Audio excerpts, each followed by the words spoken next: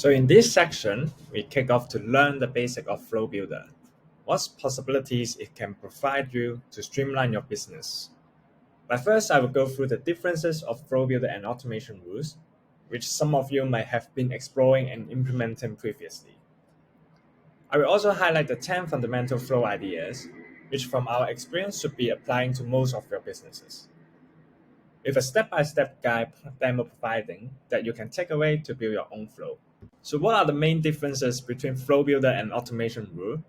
Automation rule is much a linear trigger, where rules to rule trigger has to be precise in order to set up the whole flow. It's like taking a long-haul flight with transit. The condition of meeting the transit depends on the actions of the previous flight. For example, if it's being delayed or we couldn't catch it at all. If you can recall, setting up rules take more time for us to process and plan ahead every little details to complete the workflow. Also, when modifications are needed, it's not fully handy, as we might go to various rules back and forth to change and test the settings, giving us less flexibility. So Flow Builder enables us to set up the workflow with more flexibilities, where we can design the setup in more complex and multiple sequences. The new interface allows us to visualize the possibilities in just one tap. And when it comes to authoring, it's way easier. So essentially, it provides the dynamic where we can incorporate user interactions directly into the workflow, making it possible to create more engagement customer experience or journey. So here's the 10 examples in a list that I'm going to show you how to set it up in Flow Builder. Let me give you an overview first. And then we can jump to the very first auto-reply FAQs example. So imagine customers always have tons of questions, whether they are new or existing ones. If you already have a good idea of the questions that they may have asked, you can always build a chatbot to guide them in finding the answers themselves. So now let's jump to SleekFlow to open Flow Builder. Whenever you open a new flow, you always feel free to enter the name of the Flow Builder, which is the Chatbot FAQ in this example. And then you'll be seeing a tree diagram in the middle of the tab. So what I always suggest my clients, the start point is always your tree seed, what you're trying to plant for your tree. So in this case, because we are receiving the message from customers for the questions, so it's going to be a incoming message received trigger. And then we can select the channel right here, which is your WhatsApp channel. So for condition in this case, for example, you only want the customers who you haven't been reached out to during the day to receive the chatbot. You can always select the contact fields and then find last contact from you. It's not within a day. So that means those who already having conversation with you won't suddenly activate the chatbot, where you can carry out the normal conversation with the customers. So next, we are going to add the action to send a message. So for example, you can ask the question, "Hello, how can we help you today?"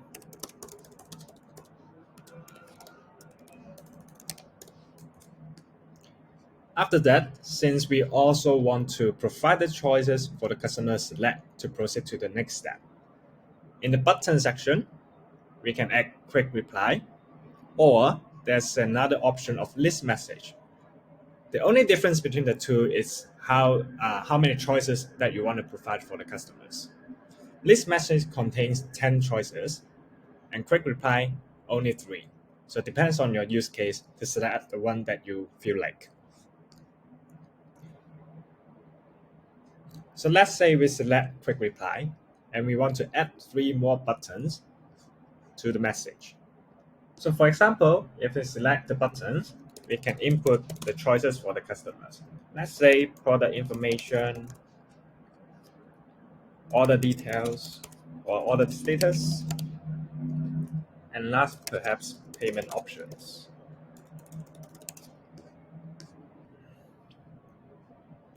So as you can see, once you input the option, each of the option has their own route. For example, product information. You can then design the next action, perhaps sending another message with the details of the products, or you can send media, perhaps providing the customer the product catalog. So you can feel free to add any action to share the information. On the other hand, as you can see, even though we have the options that you have input, we also have another route which calls the other answers right here. So imagine if the customer insists to type in anything, or actually they have the question outside of the options that you have provided.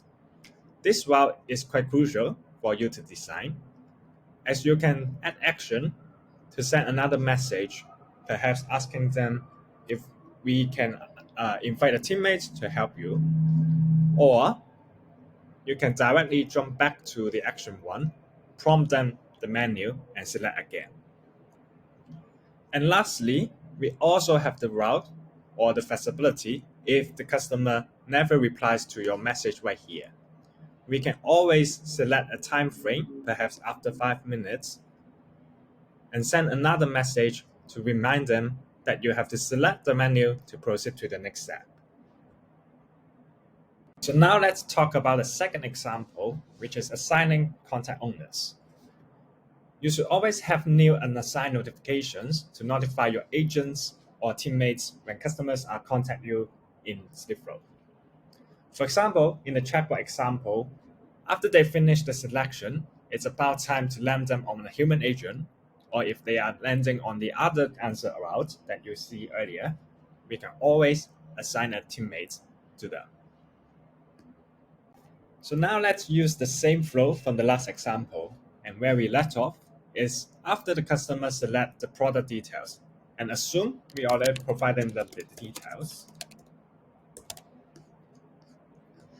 And now we're actually giving time for the customer to think of the purchases, while we can also design whether to assign a teammate to follow up with the case. So by simply select action and then conversation control, now we can select assign to. And Flow Builder allows you to assign the contact in certain manner, whether it's by queue, specific user, or specific team. So let's say we have a teammate that specializes in such products. We can actually select him to be the contact owner. So let's say we now apply the same logic but to a different route. For example, the other answers here. So perhaps the option really not meeting the customer's needs. Now we can actually add another action, send them a message to let the customers know we are assigning a teammate to follow up. So example, our teammate will be with you soon. And next, similar logic, action, and then conversation control, and assign to again. Now we can actually use another logic in this case. So let's say you want to buy queue to distribute the contacts. So in that case, all contacts will be distributed in a round-robin manner, so everyone can share an even amount of contacts. So here we are at the number 3 example, getting information from new contacts. And if you are a marketer focused on generating new leads, you will find yourself using the message from new contact trigger quite often. This trigger only works for customers whose contact number has not been existed in your SleekFlow accounts. You can set up multiple send message actions to ask questions about these new contacts. You can also create an add to list action to group new contacts into a list, which will be very helpful later when you want to send a broadcast to the targeted segment. So let's go back to Flow Builder again. Again, we have to open a new flow. The first thing, you name the flow. For example, new contacts in this case. And since we are targeting fully new contacts this time, so the start point is slightly different. we have to change the seed of the tree. So this time we are using new customer message received as the trigger point. Next, you select channel again, which is your WhatsApp channel. So for the next step, you can already design the very first question that you want to ask these new contacts. So for example, the name, simply action, messaging, and send message. And now we can ask the name.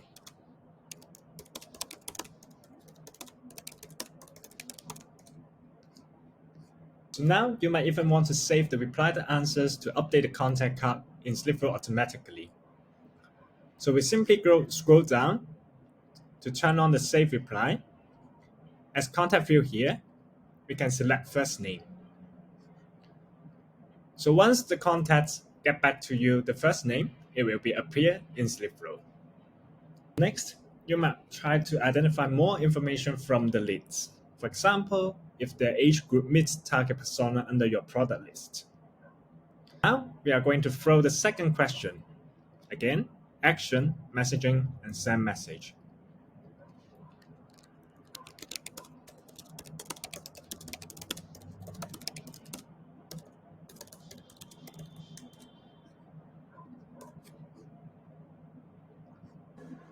So again, you can decide if to save this response as well. Let's say we skip it this time. Next, you can ask which product they are looking for. Again, asking the question, and we type it here.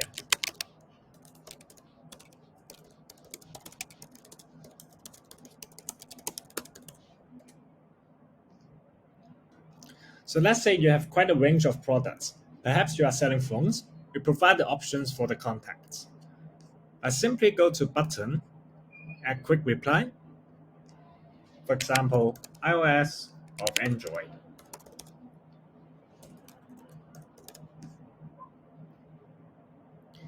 And if you don't want the timeout option here, you can simply just scroll down and turn it off. So at this stage, we can now qualify the contact as the lead. Perhaps we can put them in a list for us to broadcast the newsletter that related to the selected products later on. So simply, by add action,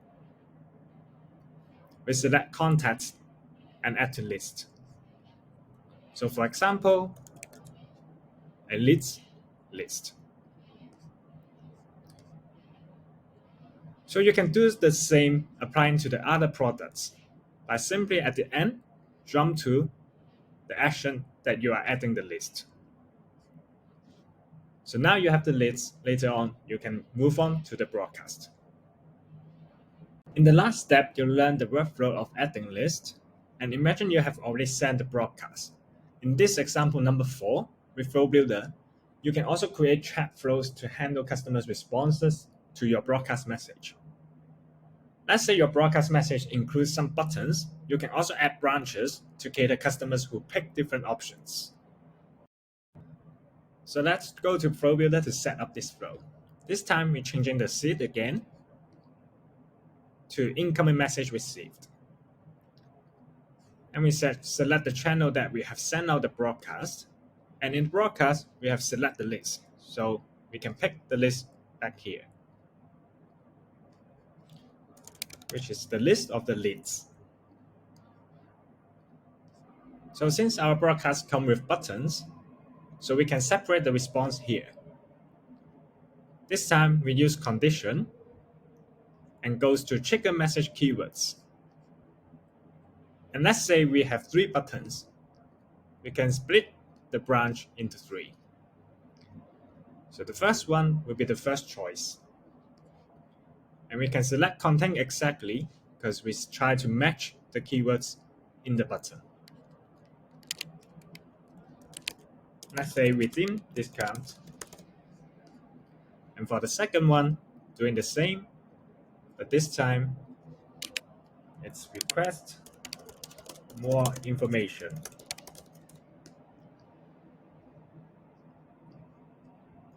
And last one, perhaps we gave him the choice of opt-out. Or let's say maybe next time. So now for each of the steps, we can design the specific route. For instance, we can send message for those whoever redeem the discount.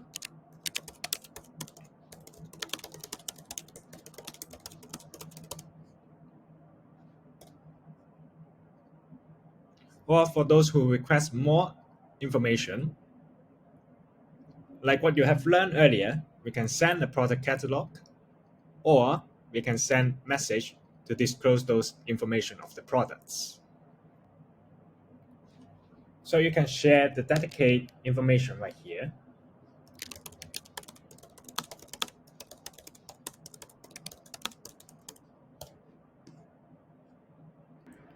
So there you go. Here's a very simple example for you to drive the post-broadcast interactions. You can add more layers later on to enrich the journey. So sending broadcast message to unresponsive customer is frustrating. Suppose you no longer want to invest time in engaging with a new contact that haven't been responded to any of your messages. So in this number 5 example, we are going to help you how to identify the disqualified leads. We are going to use the same flow from the last post broadcast journey. So from the last pickup point, we have already shared the product details with the leads. We actually can see if they are responding to us or not. We can go to the last column here, timeout if no reply after, turn it on, let's say maybe 1 day. If the lead's still not getting back to us, perhaps it's a cold lead. So simply by adding the action, like what you have seen earlier, we can then add them to a list. Let's say cold leads. And also remember to remove the leads from the list. And also go to action, contacts, and remove from list.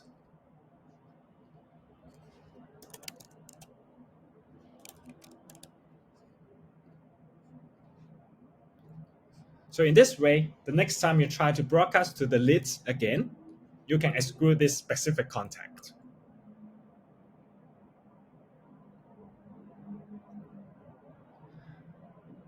So if you remember, during the broadcast, we also give the option of opt-out or maybe next time, right? So we can go back to the route, doing the same by adding them to a cold lead list.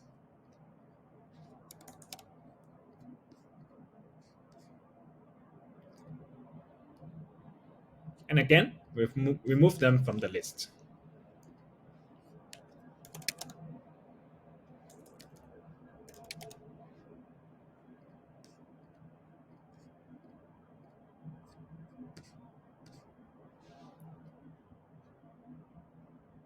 So if you remember,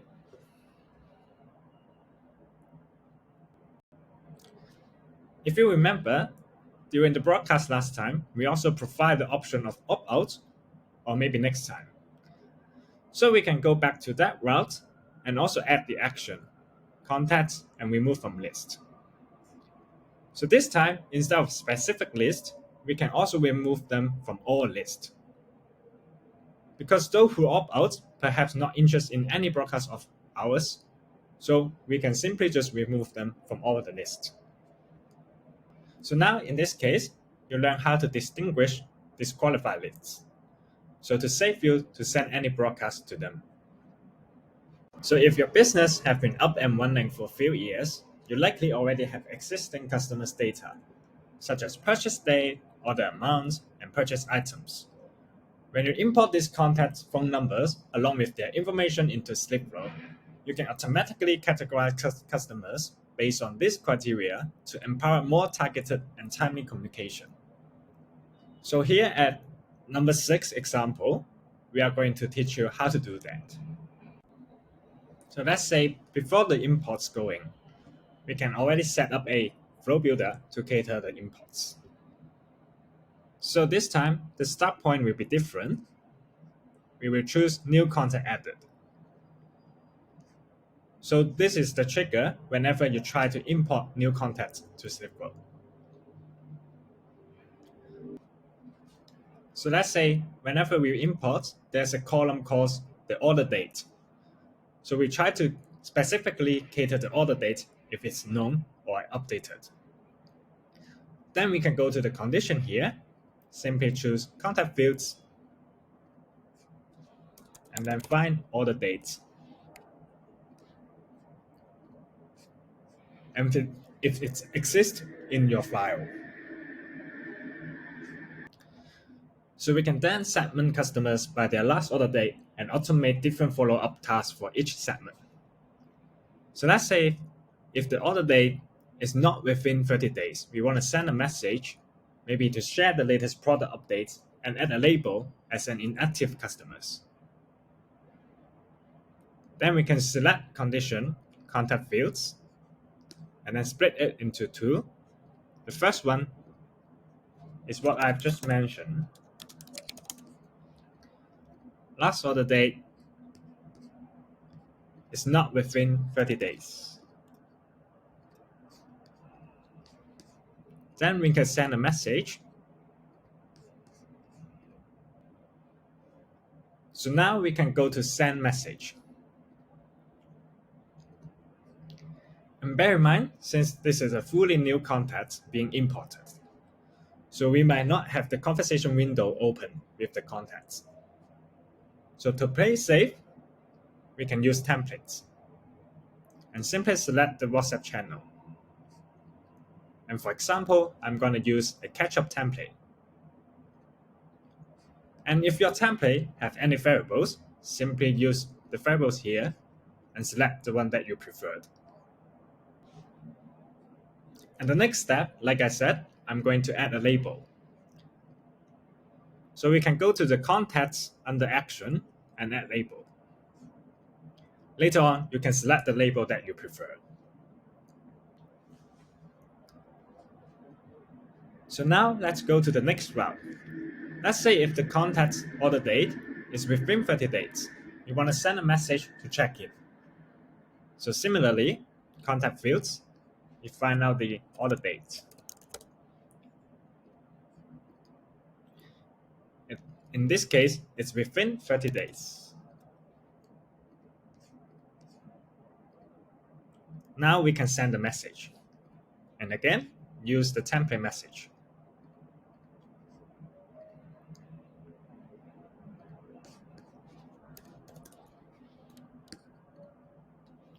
And in this case, I try to follow up to see if the customer is satisfied. So again, if there's variables in the templates, I simply fill in the preferred variables. And that's it. This is how we segment contacts through the imports. Here we at chat flow number 7. We try to capture data from external software.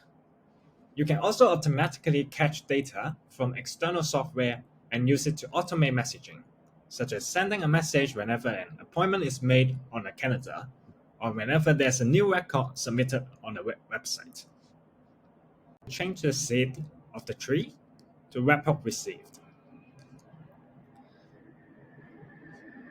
So simply use our URL and attach to your external source. And these two, the trigger ID and token, is what we call the webhook header. As long as the external sources allow us to input the format, we can instantly receive the data being passed once there's an update over there. So let's move down a bit to see each of the section. Here's the contact identifier. It's how we can detect the contacts being passed from the external sources. In SleekFlow, the identifier key is phone number. So as long as we can get that from the sources, contacts in SleekFlow can be matched or even created if we enable the enrollment toggle. So for example, if we have the phone number from the external source, we just try to make the format like this, trying to match the exact format that passing from the external source. And then identifier type, which is how we detect the phone number in SleekFlow. We try to match it back to the phone number. And once we select the phone number, we can see the enrollment toggle. We can then turn it on. So moving on, we can see another section calling the save response. So what it means is that you can save the variables that being passed in the webhook from the external sources, and we can use it back in the flow. So for example, maybe the new contact is created in the external sources, and we try to pass it into SleekFlow and send them a welcome message. So we might want their first name that they fill in the form, or how they're being created. So the first bit here, variable 1, is how you're gonna contain the data being passed in webhook in SleekFlow. So let's say we try to display it as a first name. So this variable will contain the data that being passed from the webhook. So we use a $sign here to specify the data that being passed in the webhook. So let's say the format is like this. Then next step is simply like what we have seen earlier. Action and then send message. And again, since this is a new contact, we always want to use a template to reach out. So select the WhatsApp channel and then find a template. For example, I'm still going to use the same template here. And this time, instead of the contact variables in SleekFlow, we can now see the flow variables, which is the first name that being passed from the webhook. Simply select it, and that's it. So moving on to number 8 of the chat flow, sending internal notification. So internal notes on SleekFlow are great for teammates to share context, send reminders, comments, update, and clarify with each other, and you can automatically send them in SleekFlow inbox. For instance, whenever there's a new contact coming in, you can add an internal note to the assigned agent with the follow-up task. So let's go back to the previous flow. Now new contact is being passed to SleekFlow, and then we send a welcome message. Now we can also assign to another teammates. Let's say what you have seen earlier, conversation control, assign to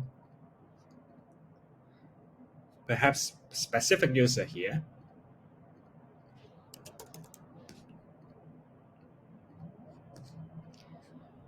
And then moving on, we can add another action, messaging, and add internal notes.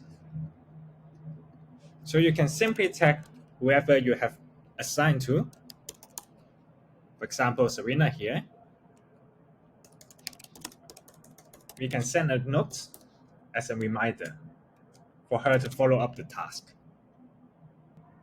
So simply by that, you can always find internal notes to be an internal communication between teammates. So let's go to the chat flow number 9, updating customer information. So contact fields in SleekFlow helps you to store and update details about your customers, leads, or prospects as an essential part of data enrichment. So to make sure you know what to send to your contacts at the right time. So for example, if you store customer address for delivery and the customer message you to change their address, you can capture their response as a flow variable in Flow Builder. Let me show you how and what further action you can be done. So I'm sure you all are familiar with the trigger point here now. Customer is sending message, so it's gonna be incoming message with seed as the seed of the tree. Again, select channel, and this time perhaps we can say,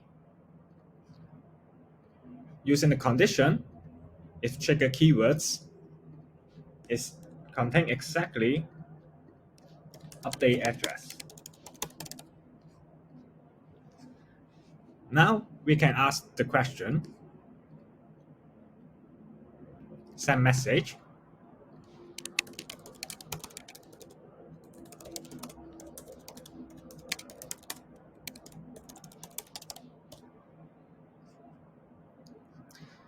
and by scrolling down a bit, which you have seen earlier as well, to turn on the save reply, but this time we use as flow variables.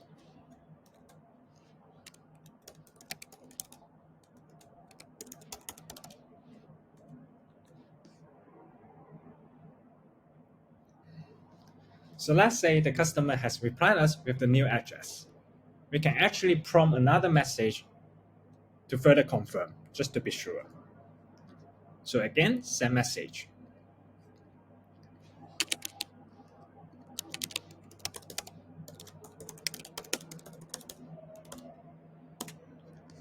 And since we already saved the response as variables, we can use it in this message, as you can see here.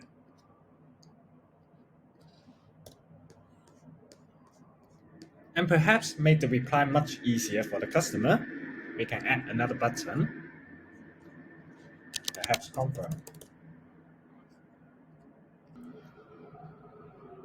And let's say the customer also confirm. Now we can actually use the action contacts, update contact. And then contact field,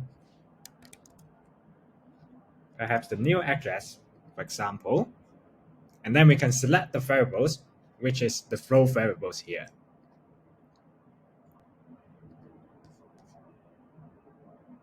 And as you see, it's quite simple for you to update the contact fields per responses from the customers. So let's go to the final flow, passing data to external software. While Flow Builder enables to receive webhook, we do have actions fall under the external integrations category, such as passing trigger message webhook payload, contact payload, and send HTTP requests. You can then set up outgoing webhook or API calls. So this webhook and API calls basically listen for triggers in SleekFlow conversations and send relevant data to your external URLs.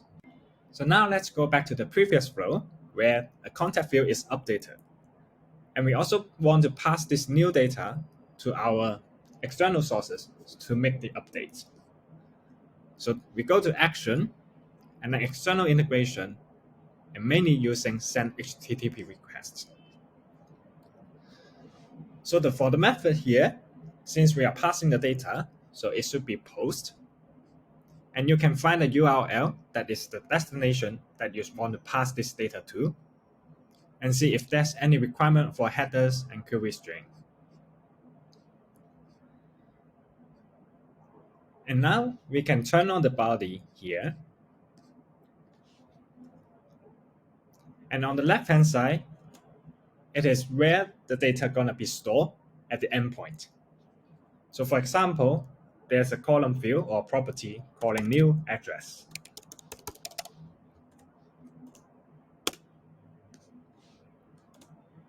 Then we are going to store this new data being updated in SleekFlow. And since we already saved this as a flow variable, we can simply use the variables here and find it and select.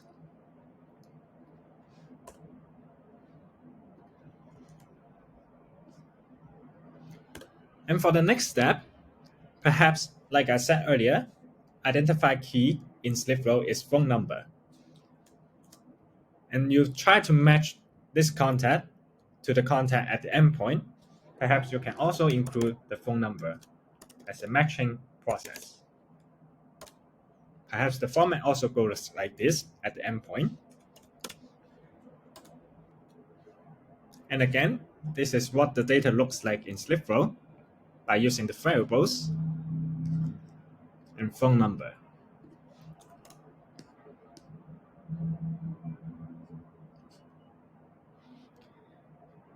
And there you go.